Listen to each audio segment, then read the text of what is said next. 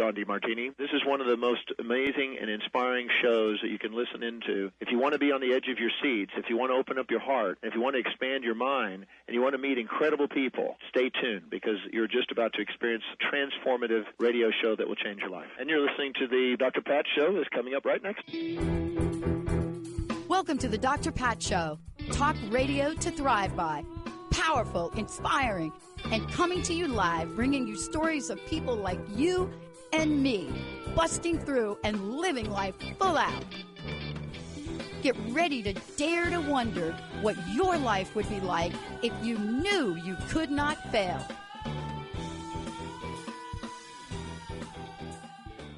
Hey, everybody, I want to welcome you to the show. This is a very important show. I want to introduce you, if you don't know, who Reverend Dr. Connie Stomper is. I want to tell you who Reverend Dr. Connie is, because what we're talking about, you just heard me do a show with Ryan about purpose. This is part 2. And what I mean by part 2 is, how do we view our lives? How is it that taking a higher perspective, how is it that if we take a higher perspective, we can actually go higher? Why am I saying that? Because today we're going to be talking with somebody that created something so powerful, just so you know, soul musings, but even more importantly, helps people globally understand not just what it means to be in a space of a higher perspective, but what soul musings can help us do and understand and show others how they can reach that goal. Dr. Connie, Reverend Dr. Connie, great to have you here and doing this show with you. Boy, I'm telling you, I just shared a story about a group of young people that I work with, and how they inspire me to higher perspectives in so many ways. But I wanted to ask you, this show today is really higher perspectives, higher quality of life. I want to ask you out of the gate, talk about higher perspective from where you sit and what it is in your life that helped you recognize how important that is.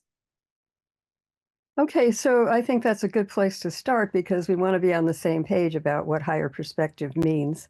Yeah. And, for me, there's a quote by a philosopher, Pierre Chardin, which is, "We are not human beings having a spiritual experience. We're spiritual beings having a human experience." Meaning we are actually, in our essence, souls that have the divine within us. So we're more than our mind, our bodies, our emotions. And actually, I think if there's certain experiences in life where, whether it's a sunset, listening to Beethoven's music, which is glorious, even though he was deaf when he created it, the energy that comes forward with loving, not just the emotion, but the energy. When my niece was small and we talk on the phone, and I'd hang up and I'd say, "I'm hugging you. Do you feel that?" It's like, yes, she felt it miles away. And I have another great example story of a part of us that's beyond the mind, emotions, feelings, which is a good friend of mine was having heart surgery and very much wanted me to be there when he woke up, because it's going to be a long surgery, and wanted, when he's back, friendly face, somebody loved. So of course I arranged it with the doctors. They called me when he got out and was going to come to, and I drove to the hospital 3:00 in the morning. Of course, that's how that works, right? Pitch dark. Of course. And I'm parking on the street parking, and there's meters, so I put enough money that I can be there for hours and hours and go to the room, see him. He goes back kind of in and out of consciousness, and I sit there, meditate, be with him if he needs something. And all of a sudden he says, hadn't been talking like this, "Connie, you need to take care of your car. You're getting a ticket." And I looked at the clock, and it was like 10:27. I said, no, I've got till a couple of hours till somebody else comes here. Don't worry about it. So long story short, I go out after somebody comes to be with him. And of course, there's a ticket. And it wasn't because of the meter. It was because there was a space in a line where I wasn't supposed to park past. But I'm like, what was the time of the ticket? 10:27, exactly when he looked at. there's a part of us that's way beyond the God. He was not even in full consciousness. Yeah. And yet a part of him was awake. And so to me, it's the part of us that's a higher perspective is the soul part of us, which is our nature, is joyful, peaceful. That's another, that we're one in spirit, that we're not separate, that in that spiritual part, we're really all connected. And also that our souls are eternal. The whole essence of who we are does not die. So that's where I'm coming from with higher perspective. And I love this because I work with women mostly, but some men in addiction recovery. I've been doing it for it's like a long time now, like 30 something years for alcohol and longer than that for drugs. And one of the hardest things for people to do is to get a grip on that higher perspective, right? And so there are a lot of things that you can do in treatment and recovery, but how does somebody like me and others help them see the world outside of their immediate feelings of trauma, Right. disbelief, right? Now, I bring that up as an example, but right now, this message goes beyond people in addiction and recovery because this now goes beyond the world you want to create, doesn't it? Well, and one way I think about that is if we think of a mosaic, if we're down close to it and just in the midst of it, we see different pieces that are different colors, and you can't quite make out what all this means until you get higher, right? And you see the whole, and then all of a sudden there's a picture. And for me, what that picture is that if we are souls having a human experience, there's a reason we're here. And for me, that reason is in my experience, is to use everything that's been designed in our life to expand, for learning, to grow more into that loving, peaceful, joyful person that we really are. And Rumi says it's not like we have to seek for love. We just have to let go of everything that's not that. Yeah.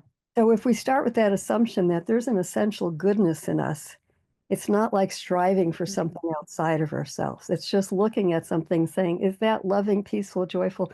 Can I let go of that and move in a more deep part of myself that are those things? I'm so glad you brought up Rumi. When I started to branch out and explore the world and ask myself, do I really have to keep living like this? I was given certain books, and certainly when they handed me Rumi, I just threw it, right? Because I'm like, I can't even say the name. But then I started to read, and I thought, where does this guy come from? Right? You know where? The higher perspective. Right. Right?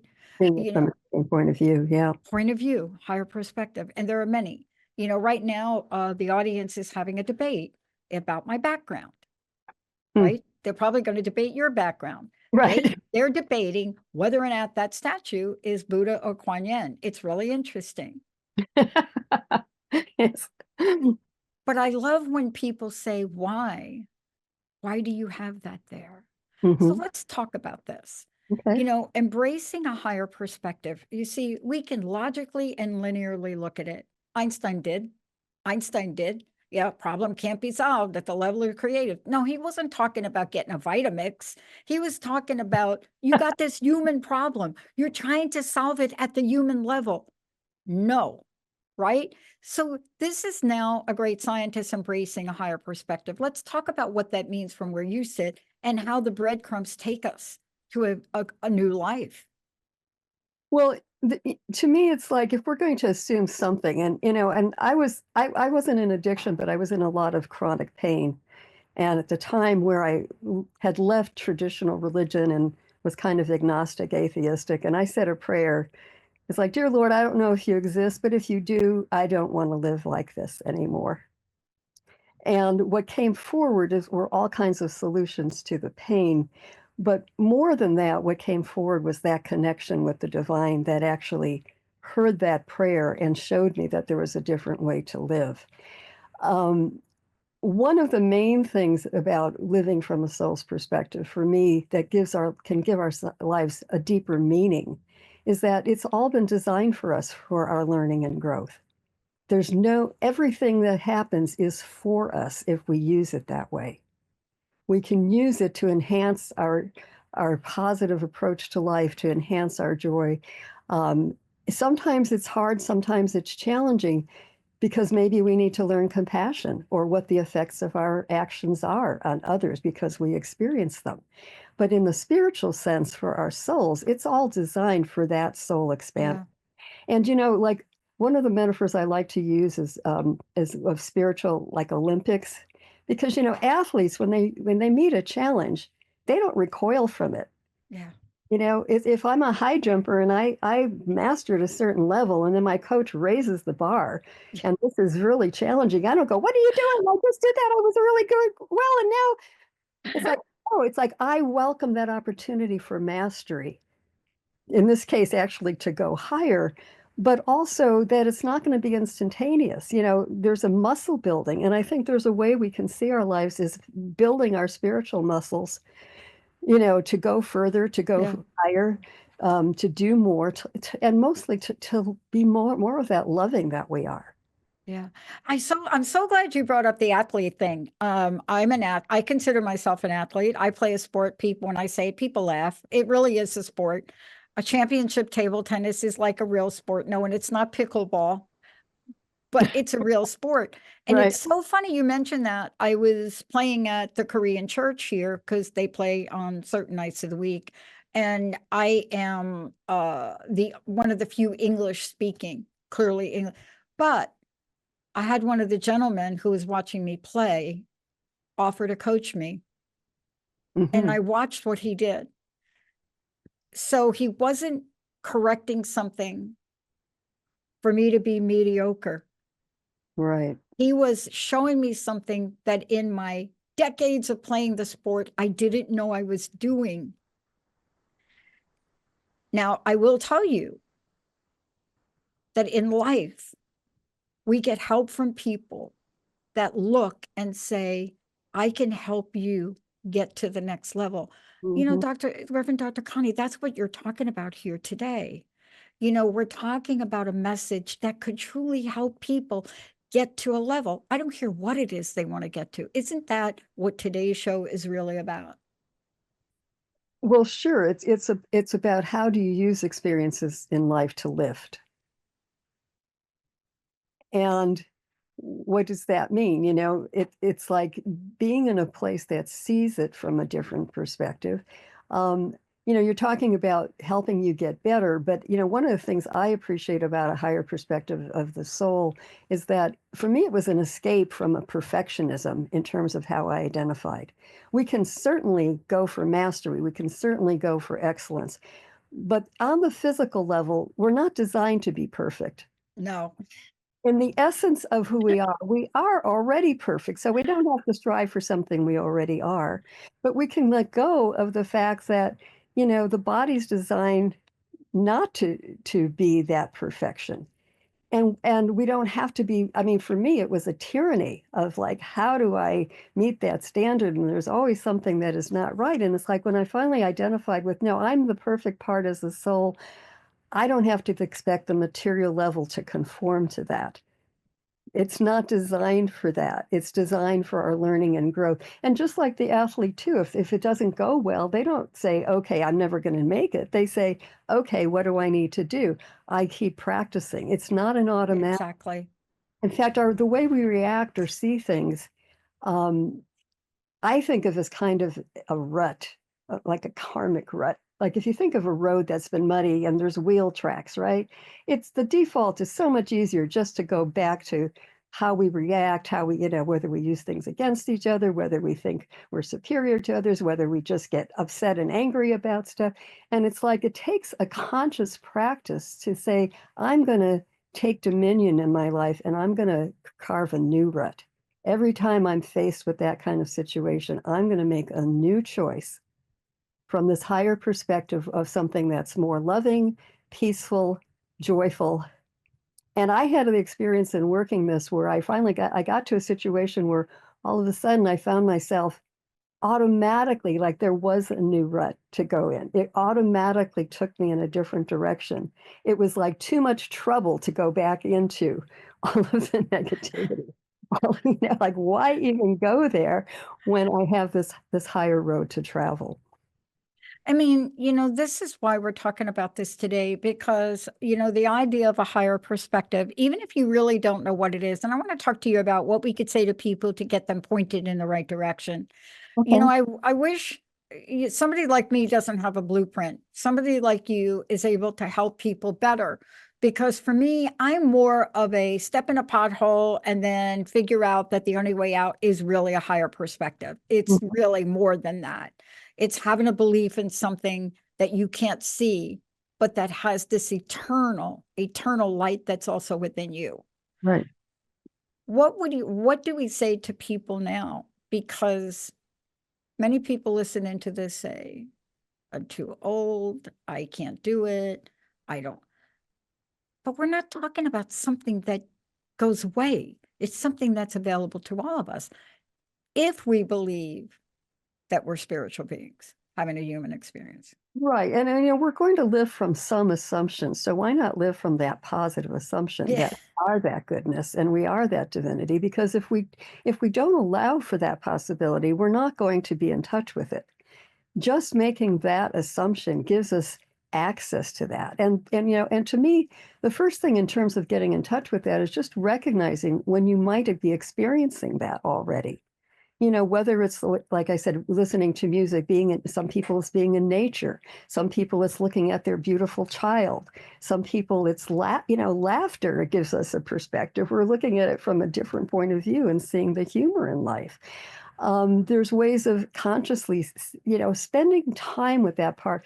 This world is so full of noise and busyness, and that draws us outside of ourselves. So one way of just connecting into that is spending time with that part.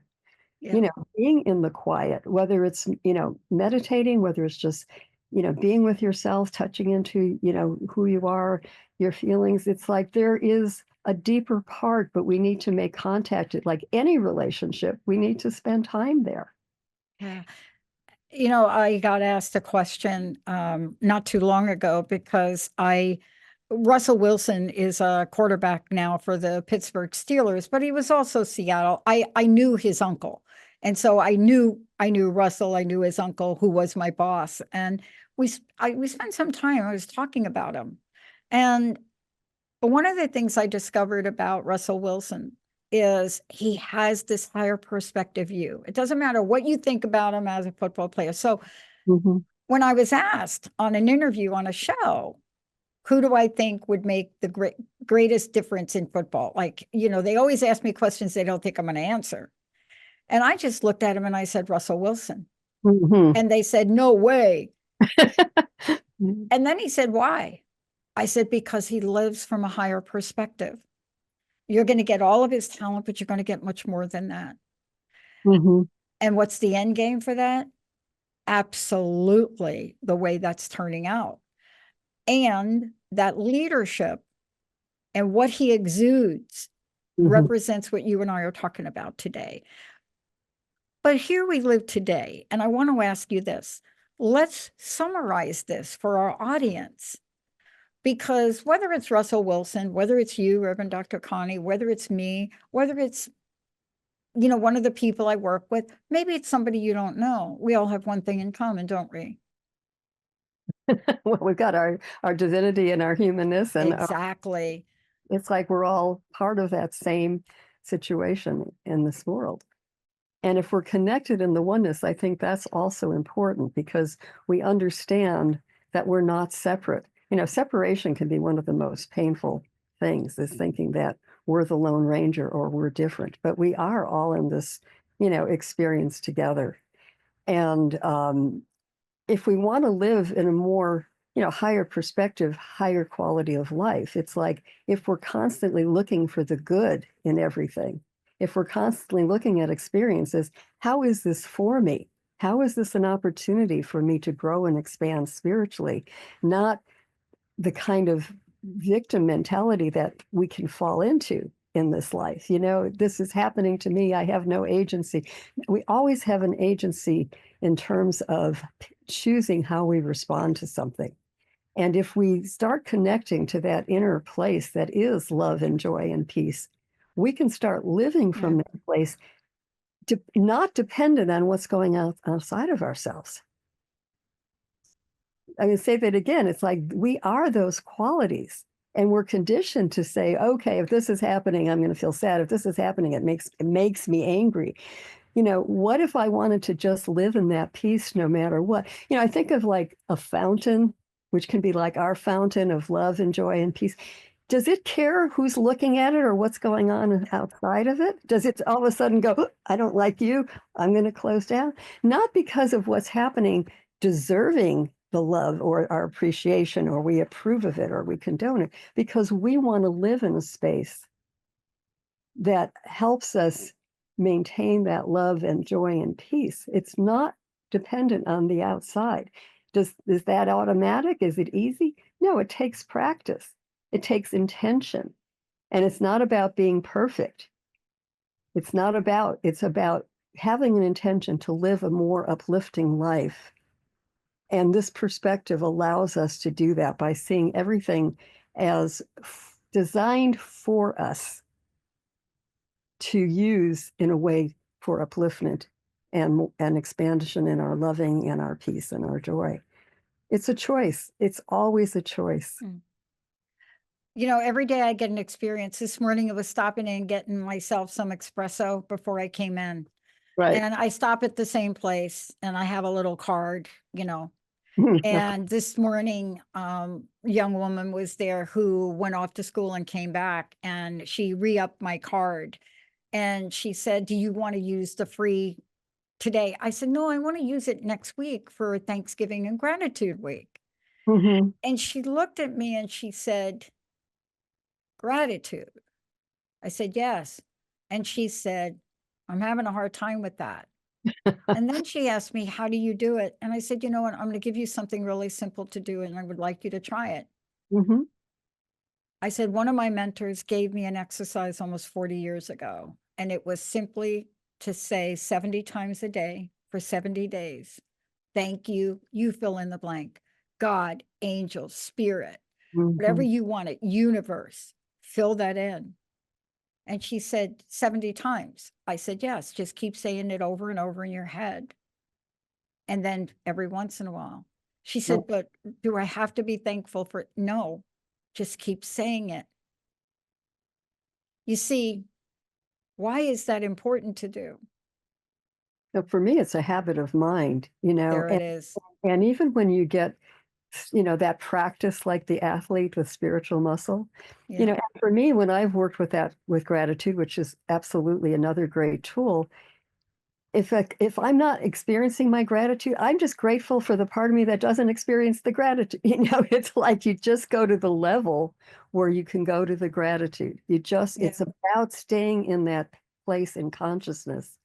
It's not about whether everything is conforming to what we want to see in the world. Yeah. And we're going to talk about a number of things, but I want you to just kind of bring us full circle, if you will, today. Mm-hmm. Because this is more than just a conversation about it. This is an opportunity for us to make a change. Even though it may be a small change, this is an opportunity to choose something else. What's your personal message? How can we invite people to the party to choose a higher perspective? Well, one of the things I practice is just saying, how is this for me from a spiritual? How is it, an opportunity to expand? I even ask myself, what's the most positive thing I can tell myself about this? What's the most motivating thing I can tell myself about it? And for me, if I embrace that perspective, it's again, my old friend Rumi says you can live life as if everything is rigged in our favor. Because to me, it is on the spiritual level, it's all designed for us to grow into a deeper sense of loving joy, peace that we actually are, and become more aware of that. Yeah. This is one of those conversations that You don't have to have a right or wrong mentality.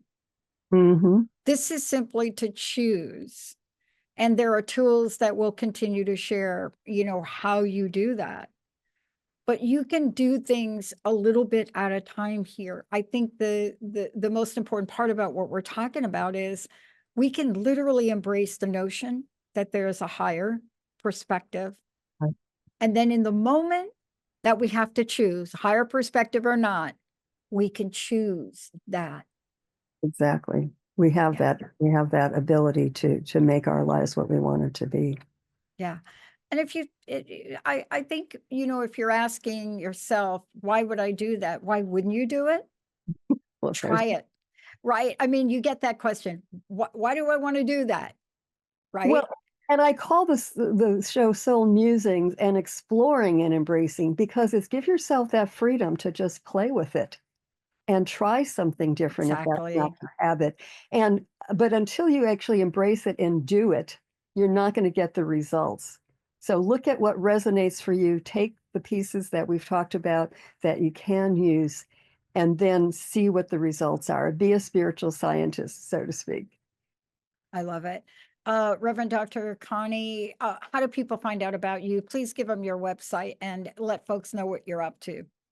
So my website is soulmusings.org. And what I'm up to is I do counseling, I do workshops around all of these principles, and you can find out more there. And eventually we'll get into the work that I do with the community and consensus and the larger picture of how do we uplift and contribute to a more positive, loving world. Wow. Thank you so much for today. And for those of you out there, remember, we're talking about higher perspective, higher quality of life. And I love what Reverend Dr. Connie said. Let's have a little experiment. Try it. You may love it. Thank you so much for joining me here, Dr. Connie. Thank you all out there for tuning us in, turning us on. Thank you, Emily, for pushing all the right buttons. And God bless thank you. I'm telling you, right? And for all of you out there, remember, there is something that you have. There is a freedom that each of us has. And some people say it's the only freedom, and that's the freedom to choose. Mhm. Choose a higher perspective. We'll see you next time.